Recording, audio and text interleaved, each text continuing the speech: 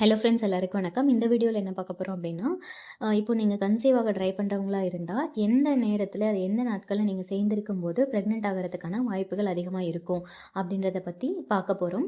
இப்போ நீங்கள் கன்சீவ் ஆக ட்ரை பண்ணுறவங்களா இருந்தால் கண்டிப்பாக நீங்கள் ஓவுலேஷன் பற்றி தெரிஞ்சிருக்கணும்.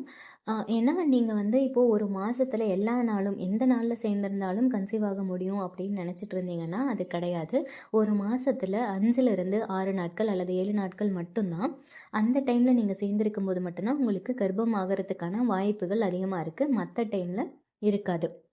ஸோ எந்த நேரத்தில் நீங்கள் சேர்ந்திருக்கணும் அப்படின்றத கண்டிப்பாக தெரிஞ்சுக்கணும்.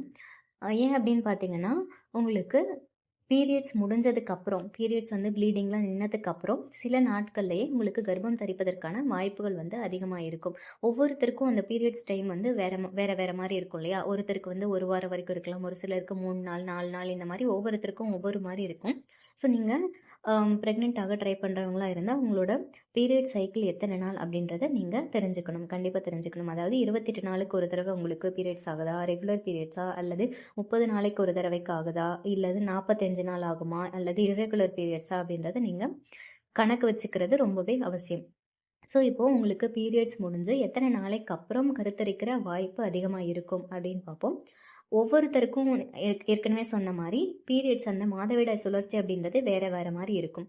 ஸோ நீங்கள் கர்ப்பமாக இருக்க ட்ரை பண்ணுறீங்க, அதாவது கர்ப்பம் ஆகிறதுக்கு ட்ரை பண்ணுறீங்க அப்படின்னா நீங்கள் ஏற்கனவே சொன்ன மாதிரி உங்களோட பீரியட் சைக்கிளை கண்டிப்பாக தெரிஞ்சுக்கணும். உங்களோட பீரியட் சைக்கிள் முதல் நாளில் இருந்து உங்களுக்கு எப்போ ப்ளீடிங் முடியுதோ அத்தனை நாட்கள் வரைக்கும், அதாவது அடுத்த பீரியட்ஸ் ஆகிறதுக்கான டைம் இருக்கு இல்லையா, அதை தான் மாதவிடாய் சுழற்சி அப்படின்னு சொல்லுவாங்க. ஒரு சிலருக்கு 3 to 5 நாள் இருக்கலாம், ஒரு சிலருக்கு 7 நாள் வரைக்கும் கூட இருக்கலாம். ஒரு சிலருக்கு, அதாவது பிசிஓடி ப்ராப்ளம் இருக்கவங்களுக்கு ப்ளீடிங் அதிகமாக கூட இருக்கும், அல்லது ப்ளீடிங் இல்லாமையே கூட இருக்கலாம். 3 மாதத்துக்கு ஒரு தடவை பீரியட்ஸ் ஆகிறவங்க, இந்த மாதிரி ஒவ்வொருத்தருக்கும் ஒவ்வொரு மாதிரி இருக்கும். ஸோ நீங்கள் கன்சீவாக ட்ரை பண்ணுறவங்களுக்கு பீரியட்ஸ் ரெகுலராக இருக்க வேண்டியது ரொம்ப அவசியம். அப்போ தான் நம்ம கர்ப்பமாகிறதுக்கான வாய்ப்புகளும் அதிகமாக இருக்கும். ஸோ இப்போது ஓவுலேஷன் அப்படின்றது எல்லாருக்குமே தெரிஞ்சிருக்கும். ஓவுலேஷன் அப்படின்னா என்னன்னு பார்த்தீங்கன்னா, உங்களுக்கு அடுத்த பீரியட்ஸ் ஆக போகுது இல்லையா, சப்போஸ் இப்போது 1ஆம் தேதி உங்களுக்கு பீரியட்ஸ் ஆகிருக்கு அப்படின்னா உங்களுக்கு 28 நாள் சைக்கிள் அப்படின்னு வச்சுக்கோங்க. ஃபார் எக்ஸாம்பிள் 28ஆம் தேதி, இந்த மாதத்தோட 28ஆம் தேதி உங்களுக்கு பீரியட்ஸ் ஆக போகுது, அடுத்த பீரியட்ஸ் ஆக போகுது அப்படின்னா இப்போது 14ஆம் தேதி தான் உங்களுக்கு ஓவுலேஷன் நடக்கும். அதாவது 28லேருந்து 14 மைனஸ் பண்ணிங்கன்னா 14 வருது இல்லையா, அந்த 14ஆம் தேதி தான் உங்களுக்கு ஓவுலேஷன் நடக்கும். அந்த ஓவுலேஷன் நடக்கிற நாளும் அதுக்கு முன்னாடி இருக்க 5 நாட்களுமே உங்களுக்கு கர்ப்பமாகிறதுக்கான வாய்ப்புகள் அதிகமாக இருக்கும். அதாவது 1ஆம் தேதி பீரியட்ஸ் ஆகிறீங்க, 14ஆம் தேதி உங்களுக்கு ஓவுலேஷன் நடக்க போகுது அப்படின்னா 14, 13, 12, 11, 10 இந்த நாட்களில் 10, 9 கூட நம்ம எடுத்துக்கலாம். இந்த நாட்களில் நீங்கள் கர்ப்பமாகிறதுக்கான வாய்ப்புகள் அதிகமாக இருக்குது. ஸோ இப்போது ஓவுலேஷன் உங்களுக்கு எப்போ நடக்குது அப்படின்றத நீங்கள் கண்டிப்பாக தெரிஞ்சுக்கணும். ஓவுலேஷன் நடக்கிறத நான் எப்படி தெரிஞ்சுக்கிறது அப்படின்னு பார்த்தீங்கன்னா, அதுக்கு சில சிம்டம்ஸ் வச்சு நம்ம தெரிஞ்சுக்கலாம்.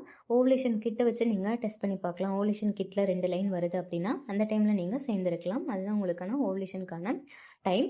அடுத்த ஒரு முக்கியமான சிம்டம் பார்த்தீங்கன்னா white discharge. White discharge egg white மாதிரி, ஜெல்லி மாதிரி இருக்கும். எக் ஒயிட் மாதிரி 2 விரலில் பிடிச்சி பார்த்திங்க அப்படின்னா அது ஸ்ட்ரெச்சியாக இருக்கும். ஸோ இந்த மாதிரி இருந்தது அப்படின்னா இதுதான் எக் ஒயிட். இது ஓவுலேஷனுக்கான டிஸ்சார்ஜ். சப்போஸ் உங்களுக்கு எக் ஒயிட் டிஸ்சார்ஜ் இல்லை, வாட்டரி டிஸ்சார்ஜ் இருக்குது, அதுவுமே வளன்னு இருக்குது, ஜெல்லி மாதிரி இருக்குது அப்படின்னா அதுவுமே ஓவுலேஷனுக்கான ஒரு சிம்டம் தான். ஒரு சிலருக்கு இந்த மாதிரி ஜெல்லி மாதிரி இருக்காது, ஆனால் வாட்டரியாக ஒரு மாதிரி வளவளப்பாக இருக்கும். இந்த மாதிரி இருந்தாலுமே ஓவுலேஷன் ஆக போகிறதுக்கான அறிகுறிகள் தான். சப்போஸ் உங்களுக்கு அந்த ஓவுலேஷன் டைம் தெரிஞ்சிருச்சு, இந்த மாதிரி எக் ஒயிட் டிஸ்சார்ஜ் உங்களுக்கு இருக்குது அப்படின்னா எனக்கு எப்போ ஓவுலேஷன் ஆகும் அந்த மாதிரி டவுட் உங்களுக்கு இருந்தது அப்படின்னா, சப்போஸ் ஒரு சிலருக்கு பார்த்தீங்கன்னா எக் ஒயிட் டிஸ்சார்ஜ் அவங்க பார்க்குறாங்க அப்படின்னா அன்னைக்கு இல்லைன்னா அடுத்த நாள் ஓவுலேஷன் ஆகும். ஒரு சிலருக்கு அந்த எக் ஒயிட் டிஸ்சார்ஜ் 2-3 நாள் இருக்கும், 3 நாள் 4 நாள் கழித்து தான் அவங்களுக்கு ஓவுலேஷன் ஆகும். ஸோ இப்போது உங்களுக்கு ஓவுலேஷன் இந்த மாதிரி எக் ஒயிட் டிஸ்சார்ஜ் இருக்குது, அது ஒரு 3 நாளைக்கு இருக்குது. 4ஆவது நாள் உங்களுக்கு ஒரு லேசான டிஸ்டர்பன்ஸ் இருக்குது, அடிவயிறில் வலி இருக்க மாதிரி இருக்குது, லேசான வலி இருக்குது, அந்த மாதிரி இருந்தது அப்படின்னா அன்னைக்கு தான் உங்களுக்கு ஓவுலேஷன் நடக்கிற டேட். ஸோ இந்த மாதிரி சிம்டம்ஸ் வச்சு உங்களுக்கு ஓவுலேஷன் எப்போ அப்படின்றது தெரிஞ்சுக்கிட்டு நீங்கள் அந்த டைமில் சேர்ந்துருக்கும் போது உங்களுக்கு ப்ரெக்னன்சிக்கான வாய்ப்புகள் வந்து அதிகமாக இருக்குது. அதே மாதிரி பார்த்திங்கன்னா ஓவுலேஷனுக்கு அப்புறம், ஓவுலேஷன்னா என்ன, உங்களோட ஓவரியிலேருந்து ஒவ்வொரு மாதமும் ஏதாவது ஒரு ஓவரியிலேருந்து எக் வந்து வெடித்து வெளியே வர்றது தான் ஓவுலேஷன் அப்படின்னு சொல்லுவோம். அந்த வெளியே வர எக் வந்து 12லேருந்து 24 மணி நேரம் தான் உயிரோடு இருக்கும். ஸோ அதனால் நீங்கள் ஓவுலேஷன் நடக்கிற அன்னைக்கு நீங்கள் சேர்ந்திருக்கும் போது வாய்ப்பு வந்து ப்ரெக்னன்சிக்கான வாய்ப்பு கம்மியாக இருக்குது. ஆனால் அதுவே நீங்கள் ஓவுலேஷனுக்கு முன்னாடி 1 நாள் 2 நாள் முன்னாடி சேர்ந்திருக்கும் போது ப்ரெக்னென்ட் ஆகிறதுக்கான வாய்ப்பு இன்னுமே அதிகமாக இருக்குது.